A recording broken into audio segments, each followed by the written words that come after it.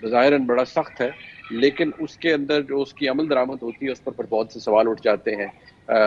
اگر لگ بھی جائے انسداد دہشت گردی کی دفعات تو پھر اس کا ٹرائل اتنے سپیڈیلی ہو نہیں سکتا جتنا قانون میں لکھا ہوا ہے۔ اور اس میں اگر وہ آج شکایت کرتے نظر آئے تو اس کے اندر کافی ایک عرصہ تو نگران حکومت رہی، جس کے اندر باقاعدہ طور پر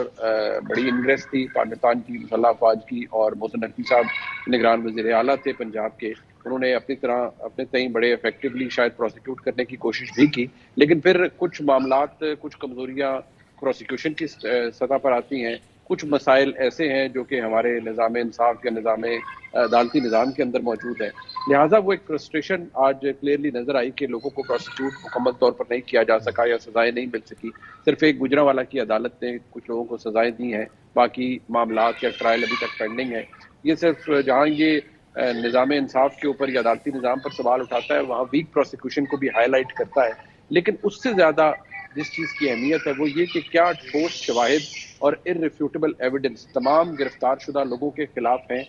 دیکھیے، ہیں تو وہ at the end of the day Pakistani, ہیں تو وہ اسی ملک کے باشندے،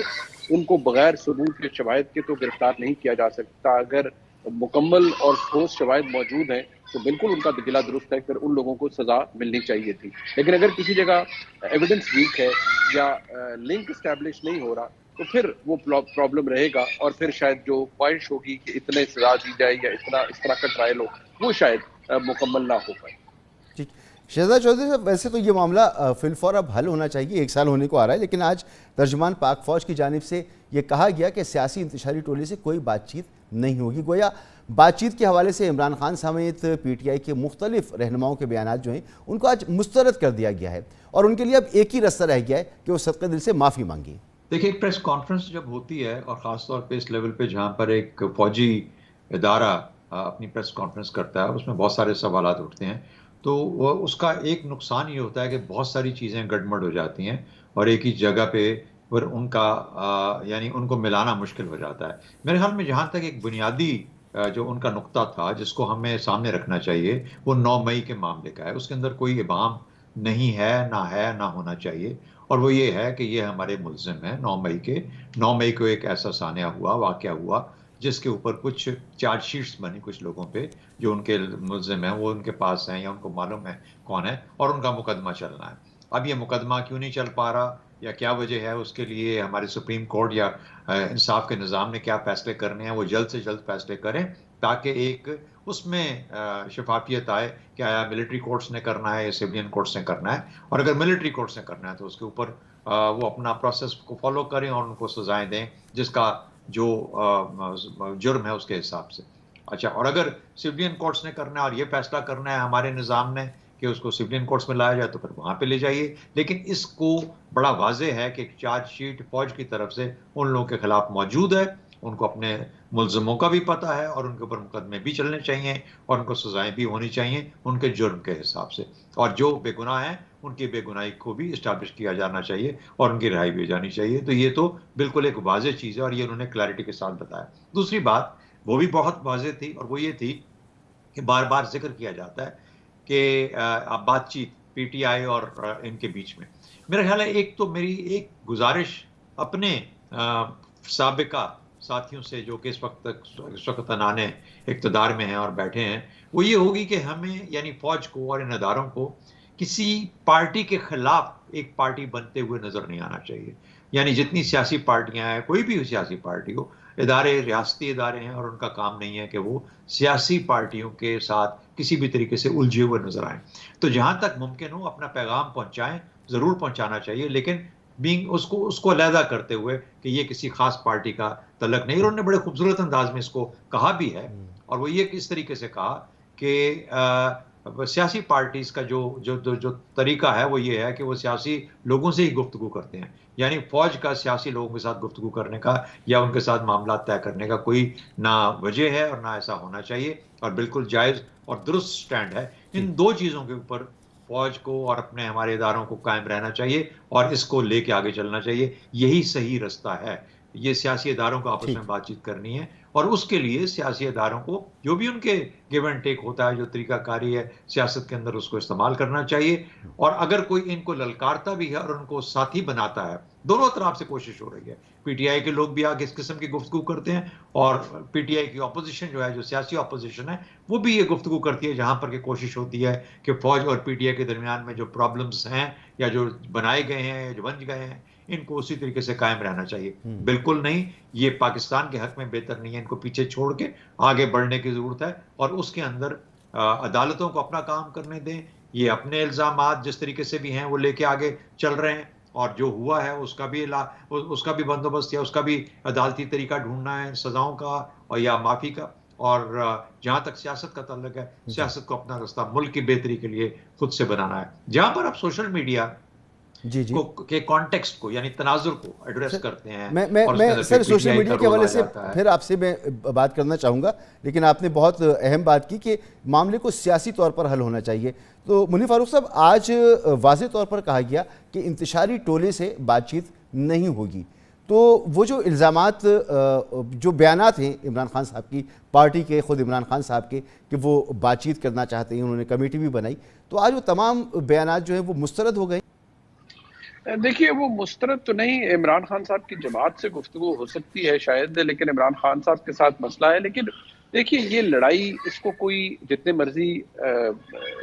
غلاف چڑھا لے، یہ لڑائی تو بہرحال عمران خان اور ان کی جماعت اور مقتدرہ یعنی اسٹیبلشمنٹ کے درمیان ہے. بدقسمت ایلیمنٹ ہے کہ یہ لڑائی اتنی کھلم کھلا سامنے آ گئی ہے. وہ اس لیے کہ ایک طرف جہاں آج D G I S P R press conference کرتے ہیں، اس کے بعد ایک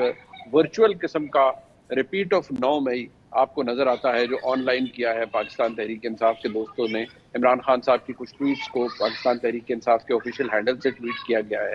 یہ یقینی طور پر وہ آن سلاٹ ہے جو کہ تحریک انصاف بحیثیت جماعت کر رہی ہے. اب اس لڑائی کا اختتام کیا ہے یا انجام کیا ہے، وہ بھی کسی کو بھی نہیں پتا. یہ بات درست فرمائی شہزاد چودھری صاحب نے کہ کسی بھی ادارے کو یہ تاثر نہیں دینا چاہیے کہ وہ کسی خاص جماعت یا گروہ کے خلاف ہے. لیکن بدقسمتی سے یہ تاثر کی بات تو اب بہت پیچھے رہ گئی. یہ تو شاید حقیقت کیا رنگ بڑا پہلے سے اختیار کر چکا ہے. جتنے مرضی ہم اس کو پلے ڈاؤن کریں، لیکن بدقسمت ایلیمنٹ یہ ہے کہ یہ لڑائی اب سب کے سامنے ہے. اس کا نتیجہ جو بھی ہو وہ پاکستان کے لیے اچھا نہیں ہے کہ ایک سیاسی جماعت